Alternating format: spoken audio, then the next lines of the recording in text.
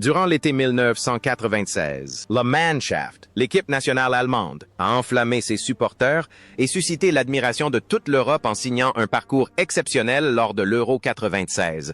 Dans l'antre mythique de Wembley, loin du football flamboyant et aérien des Français et du style improvisé des Portugais, l'Allemagne a fait preuve d'une discipline de fer, d'une combativité inébranlable et de la froideur implacable des véritables tanks. Malgré une vague de blessures qui a décimé l'effectif, elle a vaincu l'Angleterre, Pays Haute, aux tirs au but, puis a triomphé de la République tchèque grâce à un but en or historique. Ce titre de champion a été bien plus qu'une simple victoire.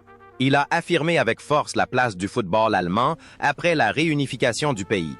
Mais derrière l'aura de ce trophée delaunay se cachaient des individus au destin singulier. 30 ans ont passé, le temps s'écoulant comme un fleuve impétueux, laissant des traces de hauts et de bas dans la vie de ces anciens héros. Certains sont devenus les architectes du football mondial, d'autres ont trouvé la sérénité après des problèmes de santé, et d'autres encore ont dû affronter les dures réalités de la vie après avoir raccroché les crampons. Replongeons-nous dans le passé et découvrons la vie des 12 figures les plus marquantes de l'équipe d'Allemagne championne d'Europe en 1996.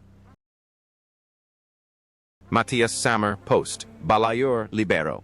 Dans l'équipe d'Allemagne de 1996, Matthias Sammer n'était pas qu'un simple défenseur. Il était le nouveau Kaiser, le digne successeur du numéro 6 de Franz Beckenbauer. À 29 ans, Sammer évoluait au plus haut niveau qu'un défenseur puisse atteindre. Il était le cerveau, le cœur, celui qui dictait le rythme et était toujours prêt à se projeter vers l'avant pour marquer des buts décisifs, comme celui inscrit contre la Croatie en quart de finale. Sa performance brillante, sa chevelure roussée flamboyante couvrant tous les terrains, lui ont permis de remporter le titre de meilleur joueur du tournoi et, par la suite, le Ballon d'Or 1996.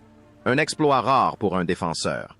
Cependant, l'apogée de Sammer coïncida avec le début d'une tragédie. Un an seulement après ses exploits en Angleterre, une grave blessure au genou, consécutive à une infection post-opératoire, le contraignit à une retraite prématurée à l'âge de 31 ans, laissant derrière lui une carrière inachevée et pleine de regrets. Refusant de se laisser abattre, Sammer se tourna vers l'entraînement et mena Dortmund au titre de champion d'Allemagne en 2002. Il devint ensuite directeur sportif de la Fédération allemande de football, DFB, et du Bayern Munich. C'est son esprit aiguisé et son perfectionnisme, parfois même excessif, qui ont permis au Bayern de dominer le football allemand pendant une décennie. La vie personnelle de Sammer fut un autre combat silencieux. Homme discret, discipliné et extrêmement sérieux dans son métier. Il connut un épisode marquant lors de son passage au Bayern Munich. Un léger trouble circulatoire cérébral menaça sa santé, l'obligeant à interrompre sa carrière pour réévaluer ses priorités. Sammer comprit alors que le football n'était pas tout. Il s'éloigna des projecteurs, consacrant davantage de temps à sa famille et à sa santé. La sagesse acquise sur le terrain lui permit de savoir quand avancer et quand reculer dans la vie. Aujourd'hui, Matthias Sammer est un conseiller respecté au Borussia Dortmund et un commentateur perspicace à la télévision. Il conserve l'autorité d'un dirigeant, mais avec la sérénité d'un homme qui a frôlé la mort. Andreas Köpke poste, gardien de but. Andreas Köpke, lors de l'Euro 96, était le grand gardien, une ombre imposante dans les cages. À 34 ans, Köpke atteignit sa pleine maturité tardivement, mais avec brio. Il était un portier d'une fiabilité absolue, doté de réflexes extraordinaires et d'un calme imperturbable. Son arrêt décisif sur le penalty de Gareth Southgate en demi-finale contre l'Angleterre, d'un regard glacial, est entré dans la légende, qualifiant directement l'Allemagne pour la finale. Cette année-là, Köpke fut élu meilleur gardien du tournoi, une reconnaissance amplement méritée de son talent.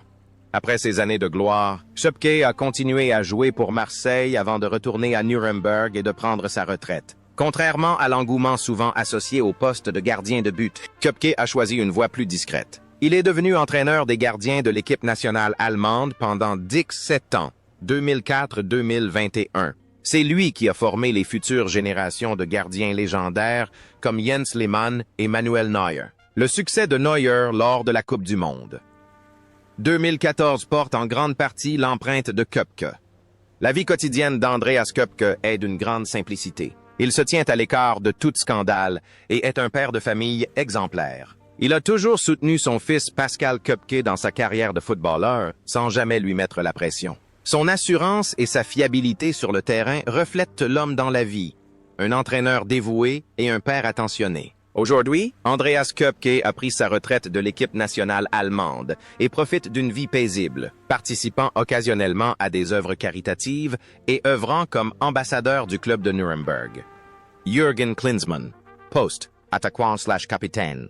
Jürgen Klinsmann, le plongeur à la chevelure blonde flamboyante, était le leader spirituel de l'équipe allemande à l'Euro 96. À 32 ans, Klinsmann portait en lui une flamme d'enthousiasme inextinguible. Bien plus qu'un buteur, il était une source d'inspiration, infatigable et toujours présent dans les moments cruciaux. Malgré une blessure et une suspension pour quelques matchs, son retour en finale fut un formidable encouragement. L'image de Klinsmann brandissant le trophée à Wembley, un sourire radieux aux lèvres, devint un symbole de victoire. Après le tournoi, Klinsmann a poursuivi ses aventures en Italie, en Angleterre et aux États-Unis avant de prendre sa retraite. Sa vie s'est ensuite consacrée à révolutionner le football. Il est devenu sélectionneur de l'équipe nationale allemande, insufflant un vent de fraîcheur et un jeu offensif flamboyant lors de la Coupe du Monde 2006, transformant radicalement l'image vieillissante du Tank. Il a ensuite entraîné le Bayern Munich, l'équipe nationale américaine et, plus récemment, la Corée du Sud. Qu'il réussisse ou qu'il échoue, Klinsmann a toujours défendu une philosophie de football libérale et moderne. Dans la vie, Jürgen Klinsmann est un véritable citoyen du monde. Il vit en Californie, aux États-Unis, pilote des hélicoptères et mène une vie libre et libérale, bien loin des stéréotypes allemands. Il est également boulanger de métier, perpétuant ainsi la tradition familiale. Son optimisme et son ouverture d'esprit suscitent parfois la controverse, mais son influence est indéniable. Aujourd'hui, après avoir quitté l'équipe de Corée du Sud, Jürgen Klinsmann est retourné aux États-Unis, où il travaille comme commentateur sportif et profite de sa famille, conservant le sourire éclatant de l'attaquant d'antan. Thomas Hessler, poste, milieu de terrain. Thomas Hessler, le petit homme surnommé Hick, était le génie de l'équipe allemande, du haut de son, 1,66 mètres seulement. À l'Euro 96, Hessler était un géant de la technique. Des dribbles où le ballon semblait coller à ses pieds, des passes qui transperçaient les défenses et une précision chirurgicale sur coup franc étaient des armes redoutables. Dans un tournoi où l'Allemagne jouait de manière pragmatique, Hessler apportait la touche artistique subtile, maintenant le rythme et créant inlassablement. Cependant, la vie après le football a été semée d'embûches pour ce champion du monde et d'Europe. Hessler a connu des difficultés financières, son mariage a volé en éclats et il a peiné à trouver un poste d'entraîneur de haut niveau. À un moment donné, ses supporters étaient navrés de le voir participer à des émissions de télé-réalité comme Le Roi de la Jungle pour gagner sa vie. Il a accepté d'entraîner des équipes de division inférieure, des équipes amateurs à Berlin, même en 6e ou 7e division. Mais c'est dans l'adversité que l'amour pur de Hessler pour le football a brillé. La célébrité ne le dérangeait pas. Il était prêt à fouler des terrains boueux pour former des joueurs amateurs. Il trouvait une joie simple à transmettre son savoir. Les épreuves qu'a traversées Hick dans la vie réelle rendent ce génie encore plus attachant et touchant. Aujourd'hui, Thomas Hessler travaille toujours avec dévouement comme entraîneur d'une petite équipe berlinoise, menant une vie simple mais riche, fidèle à sa passion pour le ballon rond. Oliver Bierhoff, poste, attaquant. Oliver Bierhoff, lors de l'Euro 96, fut le plus grand super remplaçant de l'histoire du football allemand. À 28 ans, avant la finale, il n'était encore qu'un joueur de complément. Mais une fois entré en jeu, Bierhoff accomplit un miracle. Il égalisa puis inscrivit le premier but en or de l'histoire des grands tournois, sacrant l'Allemagne championne. Doté d'un jeu aérien exceptionnel et d'un sang-froid implacable, Bierhoff changea le cours du match et sa propre carrière en quelques minutes seulement. Après ce moment historique, Bierhoff est devenu une star incontournable de l'AC Milan, remportant le titre de Série A et terminant meilleur buteur du club. Après sa retraite de joueur, il n'a pas choisi de devenir entraîneur, mais a mis à profit son diplôme d'économie pour devenir manager, directeur de l'équipe nationale allemande pendant 18 ans. Bierhoff a été le principal artisan de la construction de la marque moderne Die Mannschaft, professionnalisant chaque aspect, de la logistique aux relations médias et contribuant grandement à la victoire lors de la Coupe du Monde 2014. Cependant, sa carrière d'entraîneur s'est achevée sur une note amère après les échecs consécutifs, de l'équipe d'Allemagne aux Coupes du Monde 2018 et 2022. Dans la vie, Bierhoff est l'incarnation même de l'homme d'affaires accompli, élégant et intelligent. Il cultive une image impeccable, s'exprime avec concision et fait preuve d'une vision à long terme. Son sens aigu du jugement, acquis il y a quelques années dans la surface de réparation, a contribué à forger son talent de gestionnaire. Aujourd'hui, Oliver Bierhoff est actif dans le conseil sportif et les affaires aux États-Unis et en Allemagne, et demeure une figure influente du football mondial. Christian Zieg, poste. Arrière-gauche/milieu gauche. Christian Zieg, lors de l'Euro 96, était une véritable tornade sur le flanc gauche. À 24 ans, il était complet en attaque comme en défense. Et c'est lui qui a ouvert le score contre la République tchèque en phase de groupe. Sa chevelure arquée et son visage anguleux lui conféraient une forte personnalité. Il fut l'un des meilleurs latéraux du tournoi, offrant des solutions offensives efficaces sur les ailes lorsque l'axe était bloqué. La carrière de Zieg l'a ensuite mené dans de grands clubs comme Milan, Liverpool et Tottenham. Cependant, une grave blessure à la cuisse contractée lors d'un match avec Tottenham en 2002 a failli lui coûter la jambe. Zieg a frôlé la mort pour la sauver, mais sa carrière au plus haut niveau s'est ensuite terminée prématurément. Après sa retraite de joueur, il s'est tourné vers l'entraînement. En 2017, la vie de Zieg est à nouveau marquée par un drame. Sa femme bien-aimée, Pia, décède des suites d'une longue maladie. Accablé par la douleur de cette perte, Zieg s'effondre et se retire temporairement du football pour s'occuper de sa famille. La force de caractère de cet ancien joueur, qui avait frôlé l'invalidité, lui permet de devenir un pilier pour ses enfants. Aujourd'hui, Christian Zieg est de retour dans le monde du football en tant qu'entraîneur en Autriche et en Allemagne, fort de la résilience d'un homme qui a traversé tant d'épreuves. Andreas Müller, poste, milieu offensif. Andreas Müller, dit Andy, incarnait l'arrogance et le talent inné. À l'Euro 96, à 28 ans, il orchestrait les attaques lorsque Hessler était étroitement surveillé. Son moment le plus mémorable reste le penalty décisif contre l'Angleterre en demi-finale et sa célébration triomphante. Le torse bombé à Wembley, une image qui lui valut la haine des Anglais et la jubilation des Allemands. Bien que suspendu pour la finale, son apport au jeu collectif demeura irremplaçable. La carrière de Müller a toujours été marquée par la controverse, de son transfert chez le rival historique Schalke 4 à ses frasques présumées. Après sa retraite, il s'est efforcé de redorer son image. Il s'est investi dans le coaching, notamment en tant qu'adjoint de l'équipe nationale hongroise, entraîneur des jeunes de Francfort et directeur du centre de formation. Müller souhaitait mettre son expérience au service des jeunes joueurs pour leur apprendre non seulement la technique, mais aussi la gestion de la pression médiatique. La vie personnelle de Müller s'est ensuite considérablement apaisée, contrastant avec sa jeunesse tumultueuse. Il s'est consacré à sa famille et à sa carrière, se faisant rare dans les médias avec des déclarations fracassantes. L'arrogance d'antan a laissé place à la maturité d'un homme mûr. Aujourd'hui, Andreas Müller est toujours impliqué dans le football allemand, où il occupe un poste de direction technique et joue un rôle essentiel dans la formation des jeunes talents de l'Eintracht Francfort. Stefan Reuter, posté. Arrière droit/milieu droit. Stefan Reuter, surnommé Turbo en raison de sa vitesse fulgurante, était le gardien du flanc droit de l'équipe d'Allemagne. À 29 ans, Reuter apportait stabilité et expérience. Son jeu offensif et défensif, parfaitement rythmé, était un maillon essentiel du système défensif basé sur les contre-attaques. Son endurance a permis à l'Allemagne de tenir tête aux adversaires les plus redoutables. Il est l'un des rares joueurs à avoir remporté à la fois la Coupe du Monde 1990 et l'Euro 96. Après avoir pris sa retraite à Dortmund, Reuter a prouvé qu'il était non seulement un joueur rapide, mais aussi un fin stratège en affaires. Il est devenu l'un des dirigeants de football les plus performants d'Allemagne. Directeur sportif du FC Augsburg pendant plus de 10 ans. Reuter a transformé une petite équipe en un club solide de Bundesliga avec un budget limité. La vie de Reuter est un modèle de réussite et de stabilité. Il parle rarement de lui-même, laissant toujours parler ses résultats. C'est un homme de stratégie et de clairvoyance. Aujourd'hui, après avoir quitté Augsbourg, Stefan Reuter occupait un poste de conseiller de haut niveau et profite des fruits d'une brillante carrière, tant sur le terrain qu'en dehors. Jürgen Kohler, poste, défenseur central. Jürgen Kohler, le dieu du football, Fußballgott, dans le cœur des supporters de Dortmund, arrive à l'Euro 96 comme gardien numéro 1, mais le drame survint dès le premier match. Gravement blessé après seulement 14 minutes de jeu, il doit quitter la compétition. Malgré son indisponibilité, Kohler ne quitta pas l'équipe. Il resta, devenant un adjoint officieux, un leader spirituel qui motivait ses coéquipiers depuis le banc de touche. L'esprit de Kohler fut le ciment qui soutint la solide équipe allemande cette année-là.